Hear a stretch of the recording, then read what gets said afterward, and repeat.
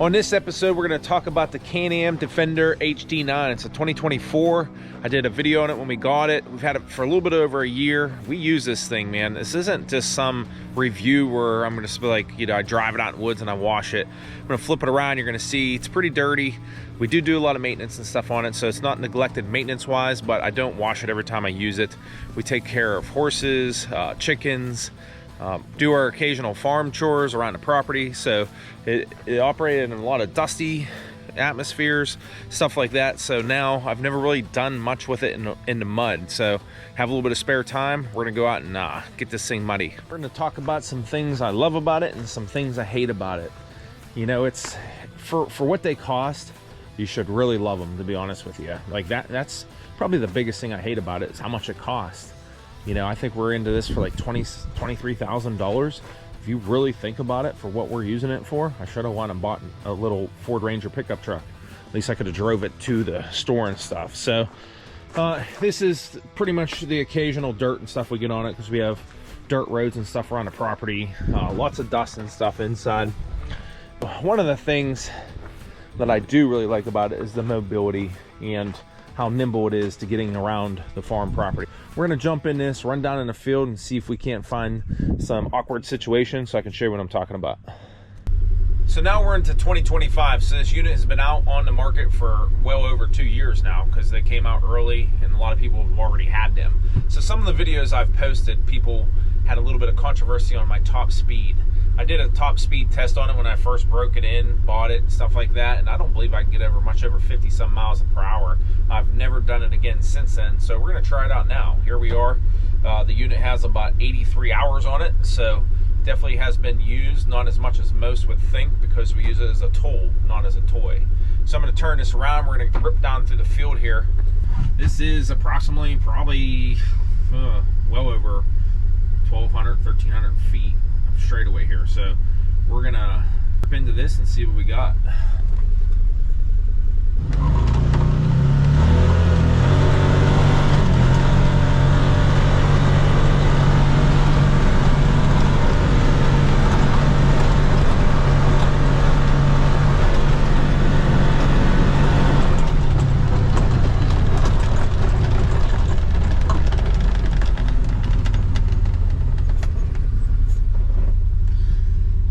So like before, it had a little bit of wheel spin and stuff because the grass is wet, but I don't think I've seen it much go over 46.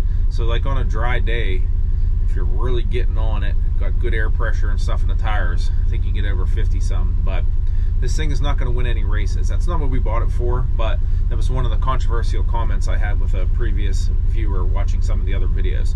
We'll leave those down in the description below if you want to check them out to see like what we did and what we talked about on this unit. So now I'm going to go find some mud and water and see what this thing actually can do, because it has a lock-in differential rear end, so you can get more traction.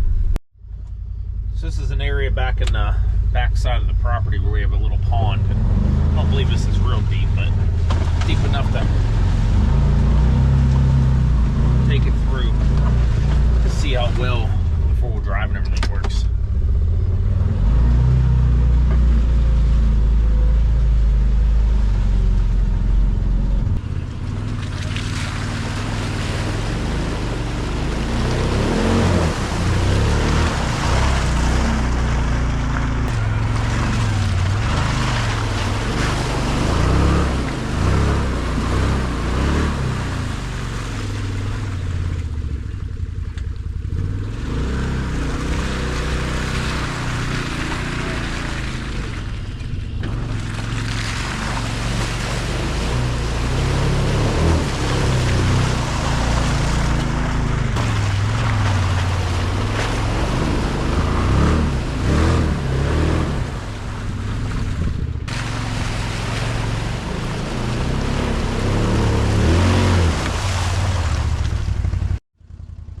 So that last time I actually went through there with just the rear end locked in. It wasn't even in four-wheel drive. So the tires this unit come with have a really nice bite.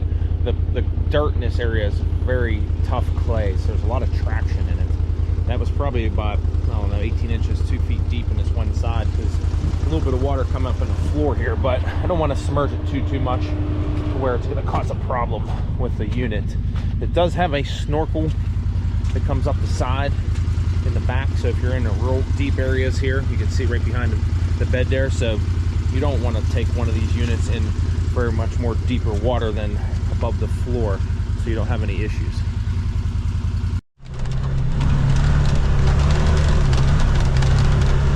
This is a great way to wash the machine off.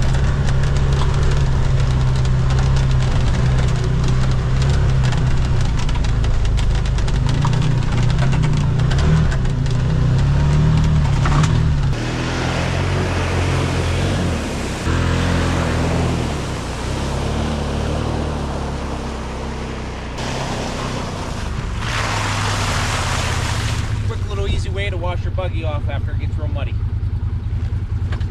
So I normally just clean my stuff up with either a foam cannon or just sometimes just straight simple green.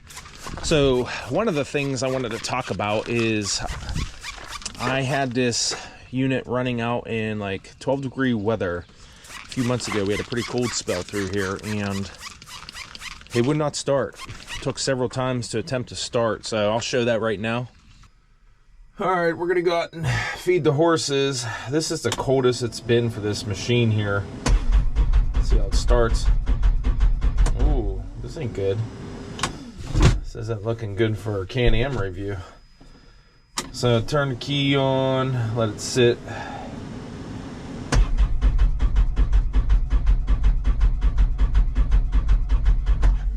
What is up with that? And then after I got it started, you know, I let it warm up, and I don't want to 100% blame Can-Am. It could have very well been bad gas or whatever, because we had even more cold weather later on that week and the unit actually did start. So it's just kind of a freak thing how it didn't start. So that was definitely something to get my attention, because if you're in a real cold area and your equipment doesn't run, definitely could be a problem. You know, there's a bunch of things that I can pick apart on this unit, and I think that the reason why I'm so hard on it is because it costs so much money.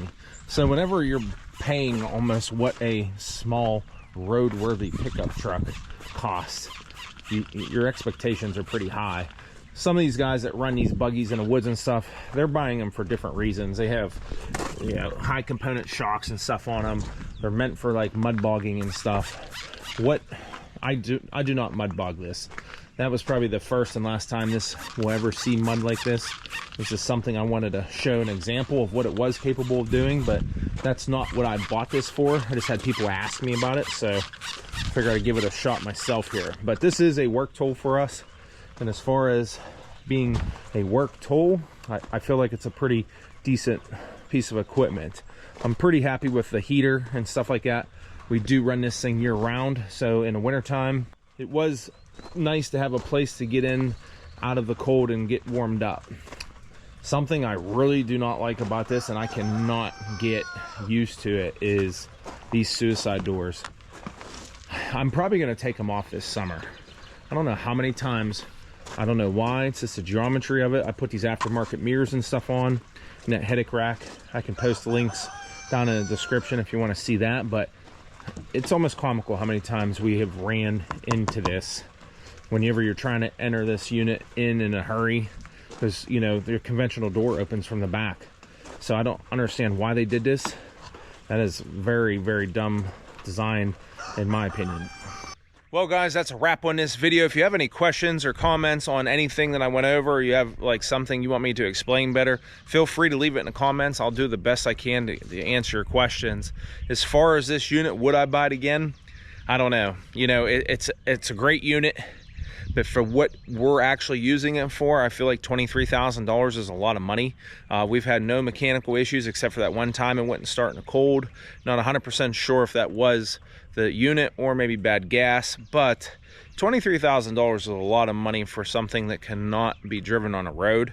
So that's something to think about. As far as overall machine, I did my research on a lot of different pieces of equipment, and this is one of the better ones, best bangs for the buck. With those North Star editions, if you want heat and stuff like that in a cab, you're upwards of $30,000. So as far as the price point, it is probably the best deal out there. As far as warranty and stuff, we did get an extended warranty. I believe it is for 5 years, and it costs like 600 bucks. So if you have any questions, let me know. Like always, we appreciate you guys stopping by. Catch you on the next one.